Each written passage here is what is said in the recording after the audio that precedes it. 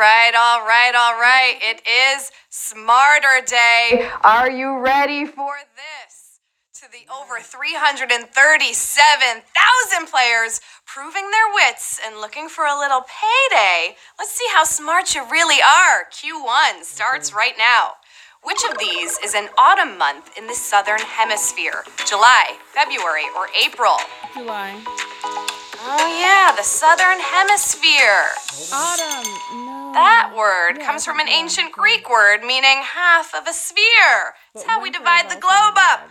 You're probably in the northern one right now just based on population figures. But if you're not, then you're celebrating autumn right now in April. April is the answer here. 114,775 of you getting that one right. Wow, knocking out over 100,000 of you here thought it was February. Oh my goodness, I told ya. These are gonna be the tougher questions. Let's see what you got. Q2. When the cable channel AMC launched, what did the M stand for? Movie, music, or magazine? Yeah, you know AMC, right? Well, even though AMC is quickly becoming known for its original series like Mad Men, The Walking Dead, and my all-time favorite, Breaking Bad, it used to be all about classic movies, because it was called American Movie Classics. Movie is the answer here at Q2. 219,847 of you getting that one right. I see a lot of people utilizing those free passes, those extra lives. Oh yeah, American Movie Classic. What was your favorite classic movie? I'm a Hitchcock girl all the way. Q3. What toys famously wobble but do not fall down? Teetaroos, Eggman, or Weebles? And although I never owned these, I'm a child of the 90s, so Furbies were it for me. But these might not fall down, but they've kept a low profile over the last few years. You can still find these wobbly Weebles today, though. Weebles is the answer here at Q3. 235,720 of you knowing this one. Yeah, they're like little people, roughly the size of that Silly Putty egg. Remember Silly Putty? That was all fun and games until you got it stuck in the carpet and your mom screamed at you. Q4, here we go. Which city is in the same time zone as Chicago? Detroit, Dallas, or Denver? Time zones, hemispheres, we're really going for it today. Did you make it safely through this one? Detroit to Chicago is not exactly an all-day drive, but the time zone line does go between them, putting Chicago in the central time zone, just like Dallas. Dallas is the answer here at Q4. 135,551 of you knew that one. Over 104,000 of you thought it was Detroit. I know. All right. We are on to Q5. Here it is. In logic, the bandwagon fallacy is also known as what? False dichotomy, begging the question, or appeal to popularity? That's what they said. You might know this one if you've ever been called a bandwagon fan, like if you're a Patriots fan right after they win the Super Bowl, right?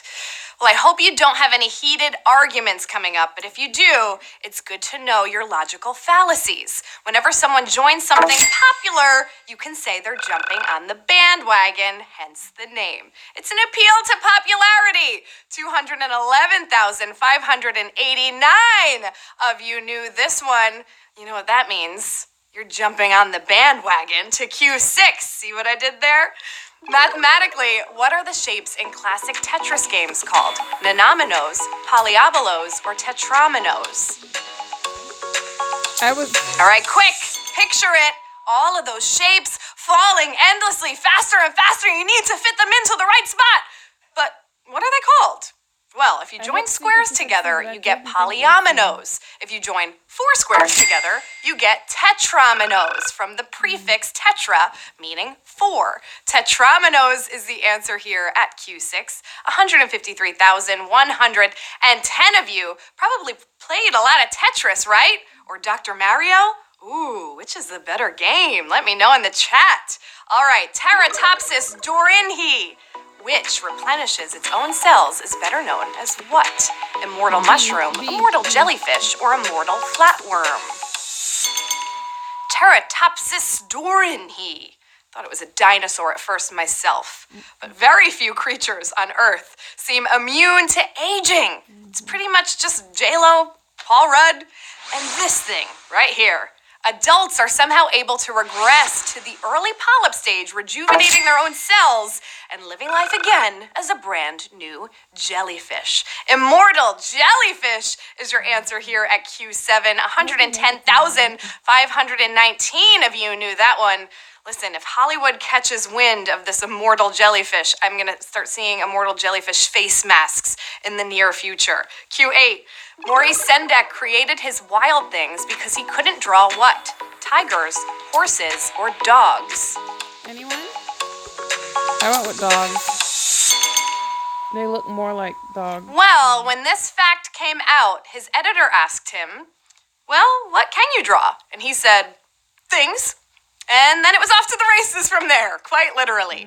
Though they did have to change the title from Where the Wild Horses Are. Horses is your answer here at Q8. 54,497 of you getting that one right, knocking out over 60,000 of you here at Q8. Yes, well, did you know that that book was banned in the South because psychologists thought it was a little too dark for the children? Speaking of dark, the questions are only getting tougher from here on out. Q9, here we go.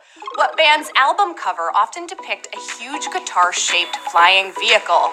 ELO, Boston, or Parliament? Come on, think back to those album covers. I know you used to have CDs. Well, Parliament had the occasional mothership, but nothing quite guitar-shaped. And ELO had kind of an intergalactic Simon game on a jukebox. Several threatening Boston covers show truly massive space guitars looming over the Earth. Jung, jung, jung, jung. Boston is the answer here at Q9. 41,000 of you, over 41,000 of you, got that one. And you know what? It's more than a feeling for you, because that means you're going on to Q10. Ayo, who did not win in the only Best Actress tie in Oscar history? Katharine Hepburn, Barbra Streisand, or Vanessa Redgrave? These are some legendary ladies, right? 3 Oscar-winning actresses right here, but 2 of them were honored simultaneously in 1969. Another legend, Ingrid Bergman, cracked the envelope and announced the winners. The winners are Katharine Hepburn in Lion in the Winter and Barbra Streisand. The only Best Actress tie in history. And I'm sorry, Vanessa Redgrave, it was not your year. 23,982 of you knew that one. And although she did not win that year, she won for Julia in 1978, a few years later. Q11, the principal owner of the Boston Red Sox also owns what British soccer team? Liverpool FC, Manchester FC, or West Ham United? I have no idea. All right, I'm going to give you a little tip for my non-sports fans. FC clearly means football club. I can't say how Brits feel about being a part of the Fenway Sports Group, but that's what John W. Henry is founder and chairman of. That's the parent company of both the Red Sox and Liverpool. Liverpool FC is the answer here. 19,301 of you knew that one. Then you probably know that Liverpool is first in the Premier League, and I am only probably going to get to say this once this year. The Red Sox are in last place in their division. Q12, what Monty Python-style name did the press give a 1979 incident involving President Carter? Killer Rabbit, Silly Walk, or Dead Parrot? This is a fun one. No one ever figured out exactly what happened in this incident, but it was definitely bad PR heading into an election year. On a fishing trip in Georgia, something swam towards Carter's boat that he swung his oar at it, and he insisted it was a rabbit. And the press called it the Killer Rabbit. 16,530 of you know all about those crazy swimming killer rabbits. You can only fight them off with oars. Oh yeah, a couple more left here for you to win it all. Can you hang in there? It's Q13. Which of these Pennsylvania cities did not serve as the capital of the U.S.? York, Washington, or Lancaster?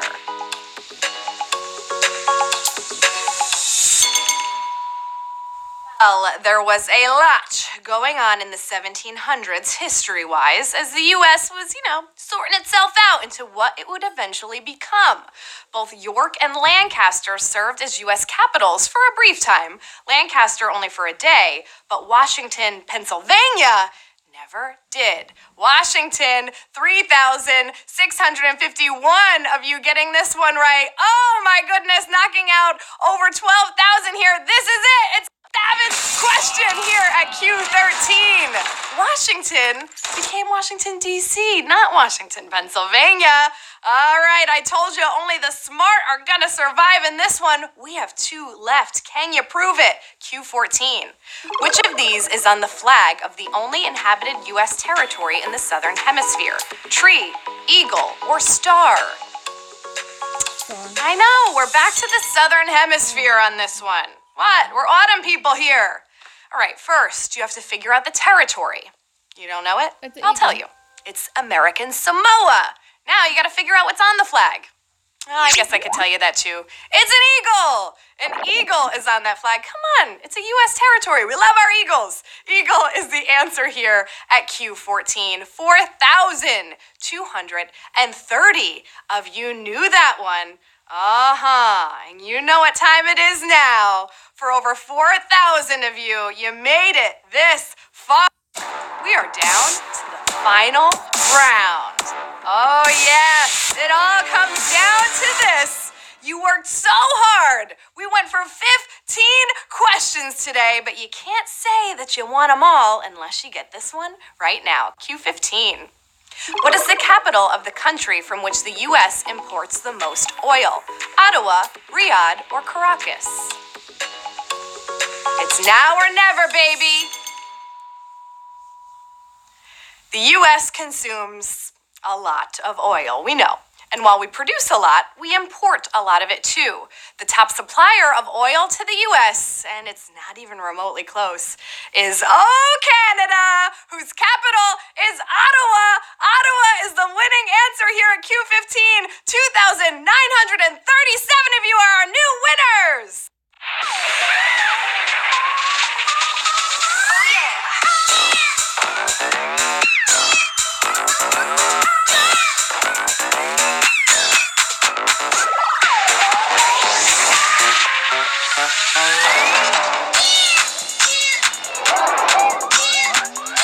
Oh yes, winner, baby. 2,936 of you have just one smarter day. Yes, flex all you want. You did it. It looks like we are all taking home a prize of about $1.70. Oh yeah, way to start your Saturday night off right. Bertram's, I see you there. A bowl of raspberries a day keeps the dummies away, I guess, because you're just so smart. Hillbilly Jim, I see you there too. Congrats, my friend. What a game. You guys were all over this game. You sure you're not in Mensa? Well, you should be. Great work. Stick around for words tonight with my man Tim Dunn. He's so fun. You're going to love him. And hey, don't forget, tomorrow night is Marvel Movie Trivia. Test your superhero knowledge and win enough money to be on Tony Stark's level. Okay? I'll be back on HQ Sports Monday night at 8 p.m. Eastern Time for the big championship game. So come back and hang with me there. Until next time, I'm Lauren Gambino. Have a great weekend, everyone.